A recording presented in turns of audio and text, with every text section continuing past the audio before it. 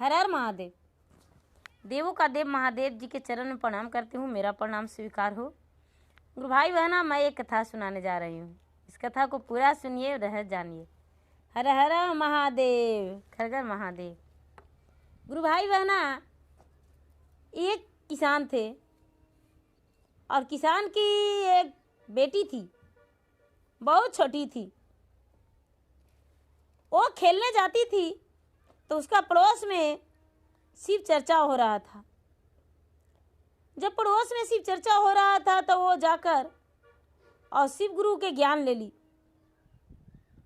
और जब भजन वो सुनती थी तो उसे बहुत अच्छा लगता था। अपने माता पिता को भी कहने लगी कि माता जी, पिताजी, आप ज्ञान ले लीजिए।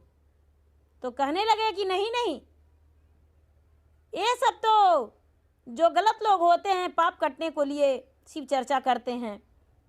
शिव चर्चा करने से क्या फायदा। गुरु भाई बहना, वो बात नहीं माने और ये बेचारी पूजा पाठ करते रह गई। किसान का जो बेटा थे वो बहुत मना किए कि बहन, तुम शिव चर्चा मत लो, शिव चर्चा छोड़ दो, और नहीं तो तुम्हारे साथ बहुत बुरा गति होगा। कभी जिंदगी में उलट के हम तुम्हें नहीं देखेंगे। लेकिन गुरु भाई बहना, ये लड़की बोली, चाहे जो हो देखा जाएगा, हम शिव गुरु का आचरण नहीं छोड़ेंगे। गुरु भाई बहना, शादी करने योग्य हो गई लड़की तो उसके माता पिता एक बिल्कुल एकदम बेघर, जिसका घर नहीं था, झोपड़ी लगा के रहता था, जिसका और कुछ भी नहीं था, खेती बाड़ी, घर द्वार कुछ नहीं था, उसके घर शादी कर दिए। गुरु भाई बहना, उसके माता पिता भीछा मांगते थे और भीछा मांग कर लाते थे और भीछा मांग के लाके और खाते थे, उसी में परवरिश होता था। एक भिखमंगा से विवाह कर दिए। गुरु भाई बहना, ये बेचारी तो कोई भी कहते हैं कि गौ के बराबर कन्या होती है। जिस रास्ते चला देते हैं माता पिता, उसी रास्ते लड़की चली जाती है। जैसे खूंटे से बंधी गाय को कसाई के हाथ में भी बेच देते हैं किसान जो रखने वाले हैं, तो कसाई के घर भी चली जाती है। उसी तरह बेटी। लेकिन गुरु भाई बहना, ऐसा नहीं होना चाहिए। बेटी का भी हक होता है जीने का और अपना पसंद के बात करने का। तो गुरु भाई बहना, जब वो क्या किए कि शादी जब कर दिए तो ये बेचारी दुल्हन बन के गई तो देखती है कि इसके घर में नहीं तो घर है और नहीं तो कोई परिवार है। वैसा एक अंधा अंधी माता पिता हैं और तो कोई नहीं है। गुरु भाई बहना, अभी इसके शर्म के मारे बहू के जाने के बाद माता पिता भीछा नहीं मांगने लगे अंधा अंधी। तब ये लड़की कहती है कि भूखे कितना दिन रहेंगे, चलिए हम लोग भीछा तो नहीं मांग सकते हैं, चलिए मेहनत करेंगे, चलिए वन में लकड़ी काटते जाएंगे, दोनों मिलकर लकड़ी काटेंगे और लकड़ी काट कर लाकर बाजार में बेचकर और उससे भली भांति हम रह सकेंगे। गुरु भाई बहना, पति पत्नी दोनों जाने लगे लकड़ी काटने के लिए और समय बीतने लगा।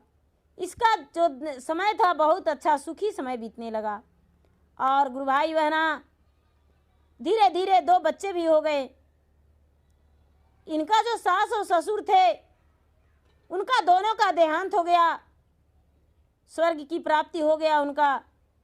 अब 2 बच्चे और एक पति एक पत्नी, 4 परिवार रह गए। जब 4 परिवार रह गए तो चारों अपना जीवन व्यतीत कर रहे थे।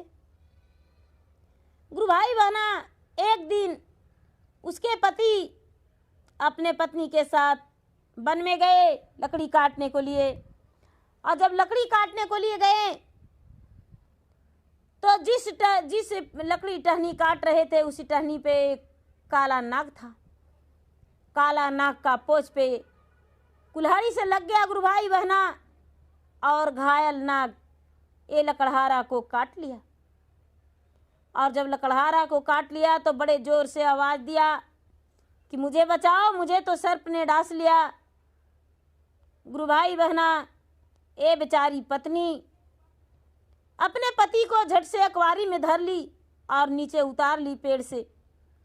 लेकिन गुरु भाई बहना, जांग पर सुला के पत्नी रोने लगी, हाय हाय हाय रे दैवा, आविधि है रे वीरंता वेहु, अरे स्वामी जी के डसले काली नाग हो। गुरु भाई बहना बेचारी रो रही है, वहाँ कोई नहीं, और इसका पति का मृत्यु हो गया और कोई नहीं इसके साथ वहाँ मिला। ये बेचारी क्या की कि अपने गुरुदेव का सुमरन की। गुरुदेव भी उस वक्त सहारा नहीं हुए, गुरुदेव भी परीक्षा ले रहे थे। ये क्या किया गुरु भाई बहना कि अपना कंधे पर उठा के अपने पति को पीठ पे और लेकर चली गई मैके। और मैके जाकर कहती है, मैके जब पहुंची द्वार पे तो माँ देखकर किवाड़ी जड़ ली और कहती है कि ये दुखियारी मेरे घर आई है, जरूर कुछ मांगेगी। गुरु भाई बहना मरे हुए पति को द्वार पर लिटा के और कहती है, माँ जब किवाड़ जड़ ली तो कहती है कि खोलहू खोलहू माता बजड़ा के वाड़िया हो, अरे स्वामी मारले मोरा जी, स्वामी के जलावे रे खातिर कटली ला काड़िया हो, अरे कैसे दिया ए मुख आग हो आज दिन।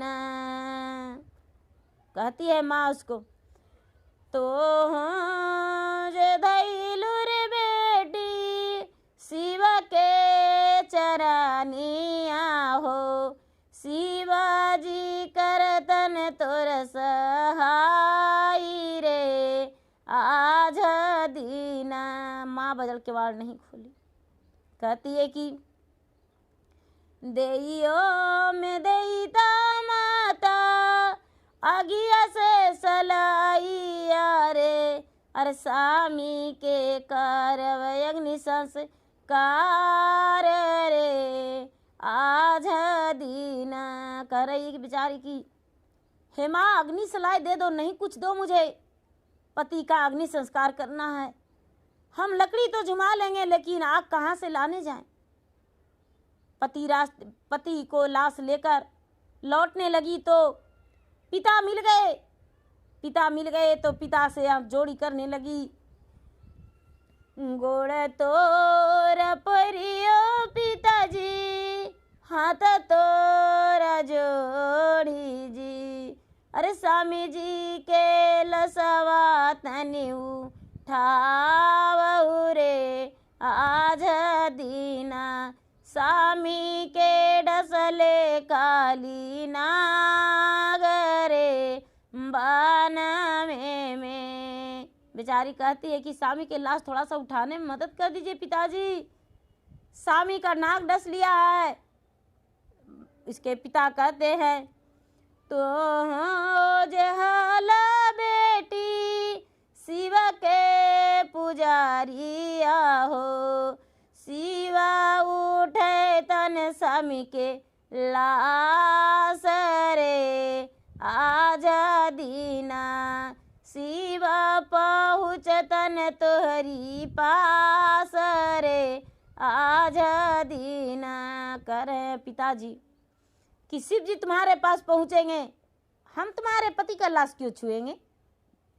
गुरु भाई बहना वहाँ से लौट कर लेकर चलने लगी तो भाई भी रास्ते में मिल गए।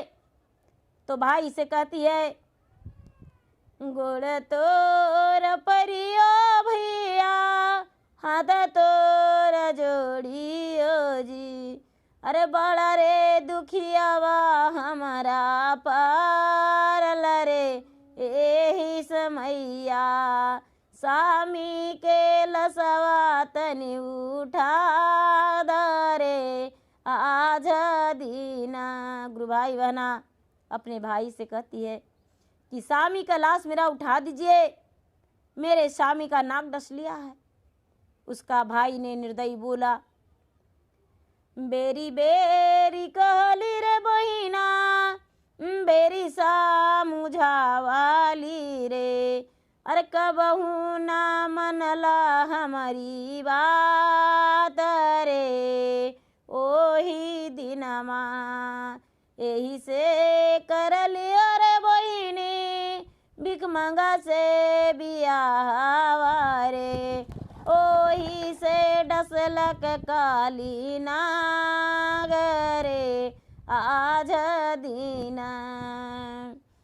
कहते हैं भाई कि उसी से काली नाग डसा। तुम तो अपने आप के बड़े कहती थी कि भगवान का पुजारी है, तो तेरा भगवान कहाँ गया? इस वक्त अपने भगवान को पुकारो, भगवान तेरा बचा लेगा, लाश को जलाएगा। गुरु भाई बहना रोती चिल्लाती गरजती जब आगे बढ़ी तो गुरु भाई बहना की यहाँ शिव चर्चा हो रहा था एक मंदिर में। गुरु भाई बहना शिव चर्चा करवा रहे थे मंदिर में। अब गुरु भाई बहना उसी रास्ते से जब जा रही है तो मन ही मन सोचा कि मेरे पति तो मर गए हैं, लेकिन चर्चा के समय आगे कैसे कदम बढ़ा लेंगे? चर्चा हो रहा है तो चर्चा सुनना जरूरी है। गुरु भाई बहना जब चर्चा सुनने को लिए मन में सोची, इतना ही में एक गुरु बहना कहती है कि बहन जी आप कहाँ जा रहे हैं रोते गरजते, क्या हुआ? और ये पीठ पर जो लिए हैं वो आपके कौन हैं? बेचारी कहती है कि बहन जी मैं क्या बताऊं, मेरे पति जी हैं और मेरे पति का काली नाग डस लिया है।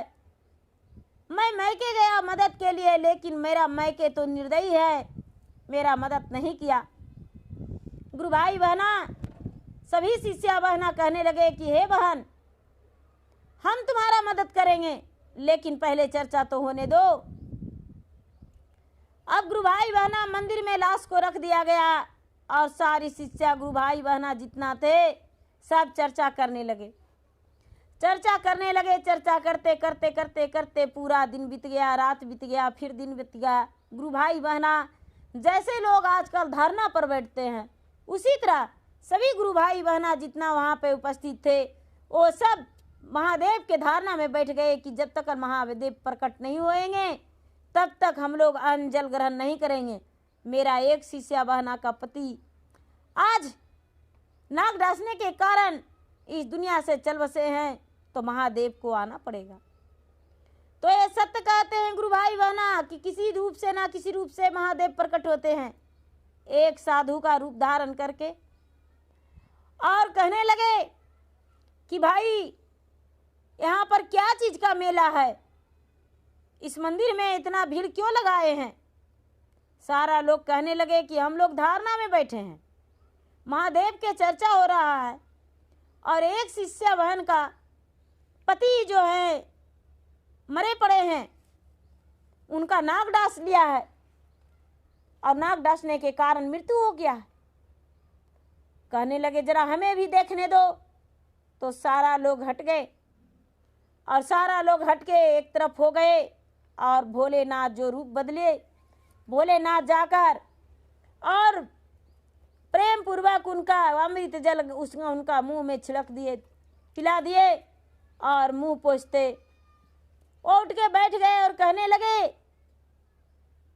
सुतला में हलेर तेरे आ हमने रभे दावारे काचे निंदिया दे हाला जगाई रे ए हीरे बेरिया।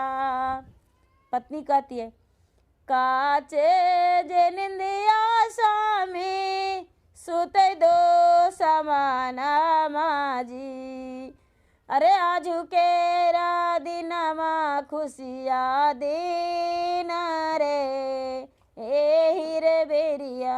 गुरु भाई बहना कहती है कि अब खुशी का दिन आ गया है, गुरु भाई बहना, एक झट से बेचारी भगवान भोलेनाथ के चरण पे गिर गई कि महात्मा जी मेरे पति को बचा लिए। गुरु भाई बहना कहने लगे कि ठीक है, मैं चलता हूँ, बचाने वाला तो ऊपर वाले होते हैं, मैं कौन हूँ बचाने वाला, मैं तुम्हारा पति को नहीं बचाया हूँ। ये लड़की जो थी समझ गई कि ये तो भोलेनाथ हैं, कोई और नहीं, भोलेनाथ ही मेरे पति का जीवित किए हैं। गुरु भाई बहना ये बात सुनकर पति उसका चरण पे गिर गए और कहने लगे कि मुझे तो काला नाग डस लिया था। बोले कि काला नाग नहीं, वो दुश्मन था, भोलेनाथ ने आज आपका प्राण जीवे ला दिए। गुरु भाई बहना जब ये भगवान भोलेनाथ आशीर्वाद दिए सुहागन रहने का और वहाँ से चल दिए, तो जाकर अपने पार्वती से कहते हैं कि मेरा आज एक शिष्या थी, वो विधवा हो गई थी और मैं उसका सुहाग लौटा दिया हूँ। तो पार्वती कहते हैं कि महाराज सुहाग तो लौटा दिए हैं, लेकिन उसका भाग भी तो लौटा दीजिए, वो फिर लकड़ी काटने जाएगी तो अच्छा लगेगा।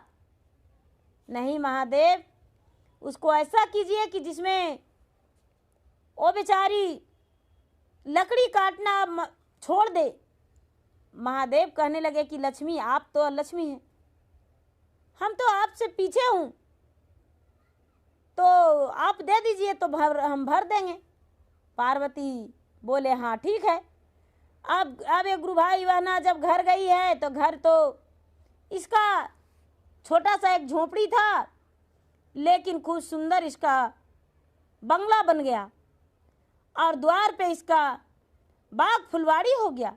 गुरु भाई बहना ये सब देखकर कहती है कि अरे मेरा 1 से 2 दिन में मेरा घर में क्या हो गया, 4 से 5 दिन बिताए हैं, अंदर गई है तो पूरा घर में धन संपत्ति अन्न धन भरा हुआ है।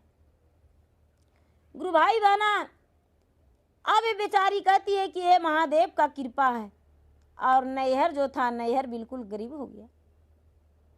नैहर जब गरीब हो गया तो गुरु भाई बहना जो भी जाते थे वो कहते थे कि आप भिखमंगा के साथ शादी किए थे, लेकिन वो बेचारी मरे हुए पति को लाश को लाया था और आप मदद नहीं किए। जाकर देखिए उसका घर में किसी चीज का कमी नहीं है। गुरु भाई बहना ये बेचारी कहती है, इसका माँ कहती है, जो माँ तो डायन थी, वो कहती है कि उसका तो पति मर गए, कब के विधवा हो गई, कौन नाजायज धंधा करने लगी जो उसका घर बन गया, चले देखते हैं। उसके माता और पिता, भैया और भाभी चारों प्राणी वहाँ देखने गए तो देखते हैं कि उनका जो जमाई थे वो घोड़े पर सवार होकर और बाजार करने जा रहे थे, और उनका बेटी जो थी 16 का हार लगा हुआ था और डोली में बैठी हुई थी और बाजार करने जा रही थी, घर का सामग्री लाने जा रही थी, सामान लाने जा रही थी। ये तो देखकर चौंक गए और कहने लगे कि तुम लोग ऐसे कैसे, आप तो मर गए थे। बेटी को बोली, बेटी तुम्हारा पति जीवित कैसे हो गए। कहने लगी बेटी, दूर कर अपनी सुरतिया हो, तो हरी सूरतिया नमनवा भावेला हो। अरे हम भिखरिया के बेटी, हम जरा जवा के बेटिया, बसले भिखरिया के घरवा, करी देला भिखरिया से विवाह रे ओही रे दीना। कहती है कि आप तो मुझे भिखारी से विवाह कर दिए थे, तो क्या कहते हैं, मेरे पति का नाक डांस लिया था, कोई नहीं सहारा किया, तो भोलेनाथ ने मेरे पति को जिला दिए, जाइए मेरे रास्ते से हट जाइए। गुरु भाई बहना, भाई और भाभी, माता पिता कितना हूँ कोशिश किए, लेकिन इसका डोली नहीं रुका, ये बाजार चली गई। इसके पति घोड़ा पीछे नहीं मोड़े, आगे बढ़ते रह गए। माता पिता और भैया और भाभी आगे बढ़ गए, लौट कर चलाए, लेकिन ये मुड़कर नहीं देखी और भगवान भोलेनाथ से नमन की कि हे भोलेनाथ, आप ही मेरे माता पिता हैं, आप ही मेरे भैया भाभी हैं, आप ही मेरे गुरु हैं, आप ही मेरे परमात्मा हैं, आप ही मेरे सब कुछ हैं। मैं आपका शरण धरा हूँ तो किसी का भी मुंह देखने लायक नहीं। जो मेरा बुरे वक्त में काम नहीं दिया है उसका मैं भी काम नहीं देने वाला हूँ, उसका समय आप ही इंसाफ कीजिए। तो गुरु भाई बहना,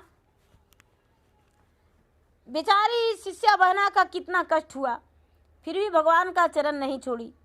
इसलिए गुरु भाई बहना, कितना हो कष्ट हो, भगवान का शरण नहीं छोड़ना चाहिए। भगवान तो धूल मिट्टी को भी सोना बना देते हैं और सोना को भी धूल मिट्टी बना देते हैं। तो भगवान का कृपा हो तो सब ठीक हो जाता है। हर हर महादेव, घर घर महादेव।